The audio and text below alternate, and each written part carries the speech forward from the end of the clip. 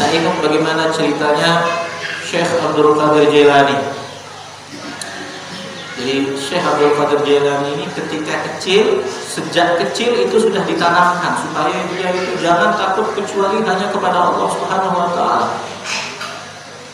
Dan waktu beliau masih kecil, beliau ini dikirim oleh orang tuanya untuk menuntut ilmu.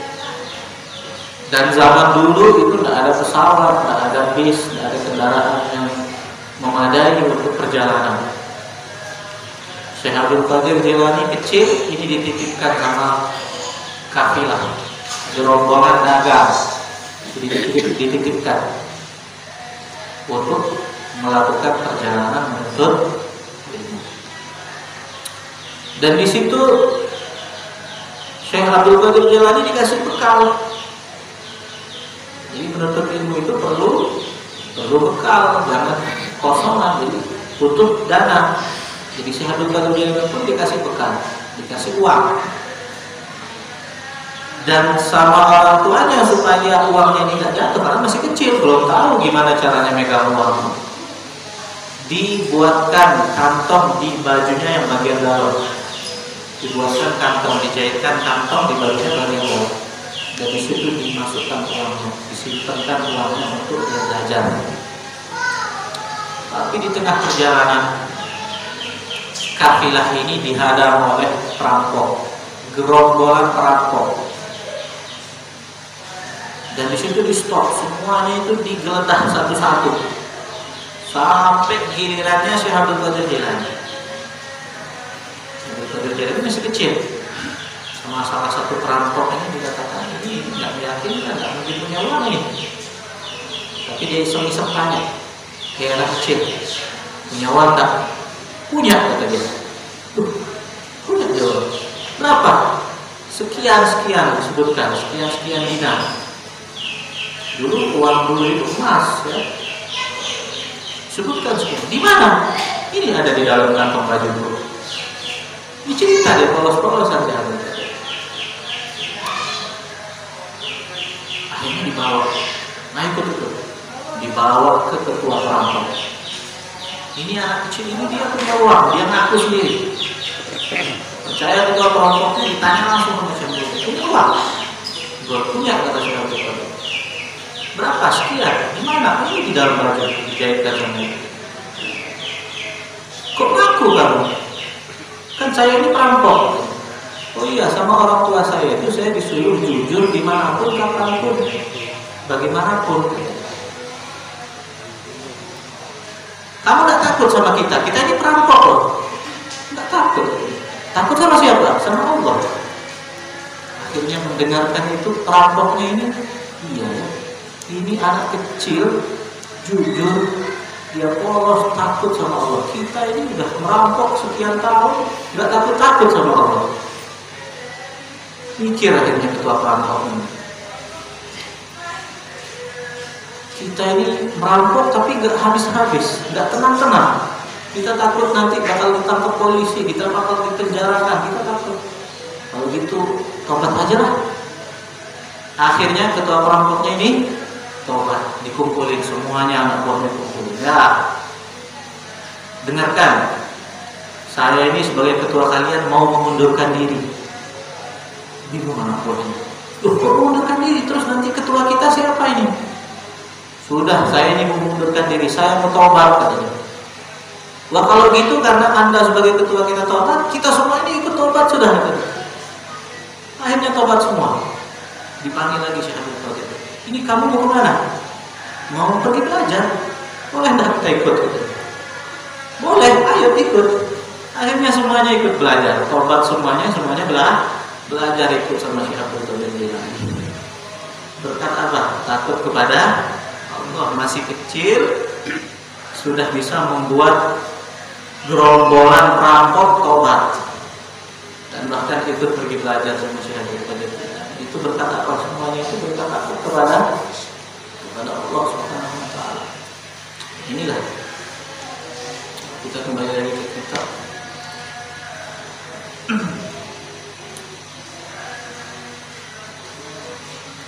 Fasalatu salatul jamaah tafdul ala salatil fardhi bisa 27 derajat.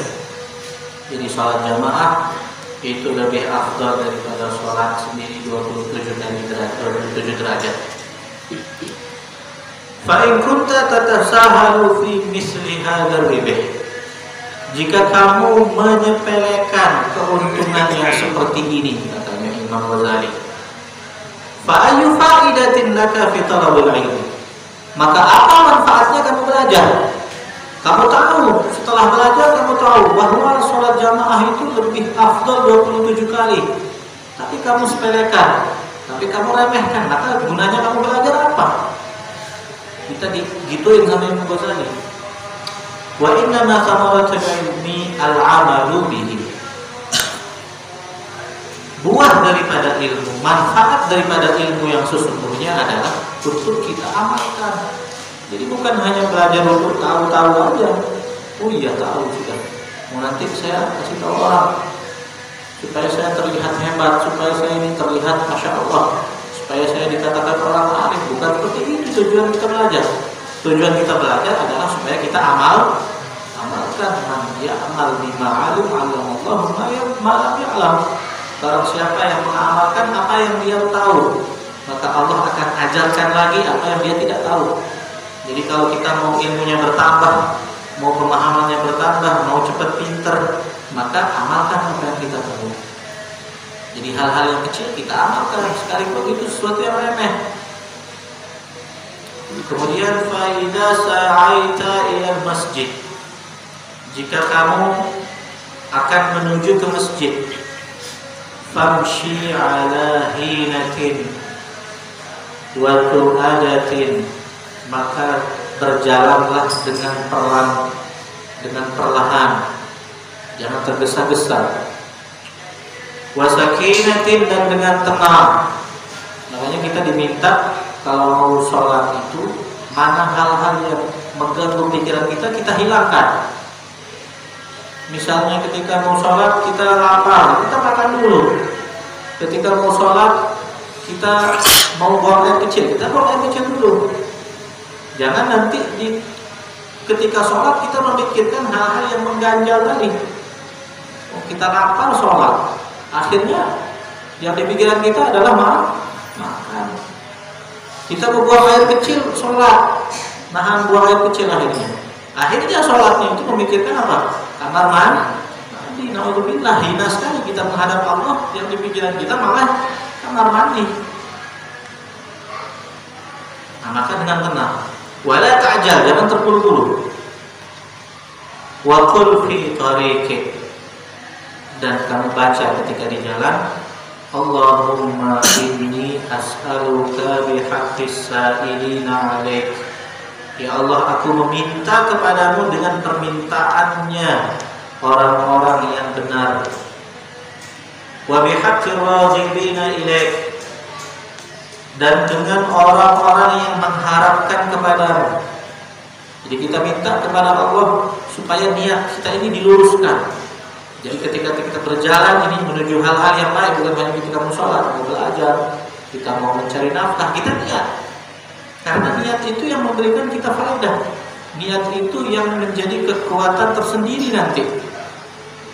Jadi niat supaya kita ini mendapatkan pahala daripada Allah, niat supaya mentaati perintahnya Allah. Ini paling simpel dari Imam Ghazali. Kita niat, kita minta dengan permintaannya orang-orang yang meminta kepadamu dengan baik, dengan orang-orang yang berharap kepadamu dengan harapan yang baik. Samakan niat kita. Nawaina kama nawa aslafun shalihin. Kita niat sebagaimana niatnya orang-orang yang terdahulu. Niatnya orang-orang terdahulu, niat-niat yang shadiqah, niat-niat yang benar, niat-niat yang tulus, yang ikhlas lillahi ta'ala, semata-mata karena Allah. Kita minta supaya niat kita itu sebagaimana niat-niat orang alim, orang soleh, orang-orang yang wali. Kita niat seperti itu. Tidak bisa mungkin kita memikirkan apa aja yang niat yang baik, habis mungkin waktu kita atau mungkin tidak kepikiran sama kita. Maka kita sandarkan niat kita itu kepada niat orang-orang yang terdahulu, orang-orang yang soleh, orang-orang yang wali, orang-orang yang dekat kepada Allah. Kita minta niat yang sama dengan niat mereka. Jadi setiap kali mau beribadah, Setiap kali mau melakukan kebaikan, kita niatkan seperti itu. Wa bihaqqi man syayahada ilaik, dan dengan orang yang berjalan dengan jalan yang sama, dengan jalan yang seperti ini. Fa inni lam akhruj asharan wala bataran, sesungguhnya aku ini tidak keluar dalam keadaan sesuatu yang jelek, dan tidak dalam keadaan sombong, tidak dalam keadaan mengkufuri nikmat, wala riya'an, tidak mengharap pujian orang, tidak riya, wala sum'atan, tidak mengharapkan, tidak sum'ah. Bal kharajtu ittiqa'a sakhatik, akan tetapi di sini aku keluar untuk menghindari murkamu, untuk berlindung daripada kemurkaanmu ya Allah. Wa ibtigha'a mardatik, dan mengharapkan keridhaanmu. Fa as'aluka an tunqidhani minan nar, maka aku meminta kepadamu ya Allah supaya Engkau selamatkan aku daripada api neraka. Wa antaghfira li dhunubi, dan ampuni segala dosaku. Fa innahu la yaghfiru dzunuba illa anta, sesungguhnya tidak ada yang mengampuni dosa kecuali Allah Subhanahu wa taala. Maka ini kita niat. Ini penting ini.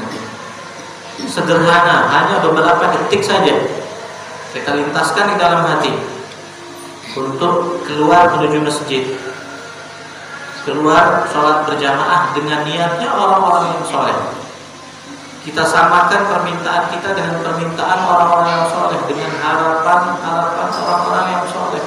Dan kita tidak keluar ke masjid ini untuk sesuatu yang jelek, untuk menyombongkan diri, untuk mendapat pujian orang, tidak. Tapi semata-mata hanya mengharapkan keridhaan Allah Subhanahu wa taala, dan supaya terhindar daripada murkanya Allah Subhanahu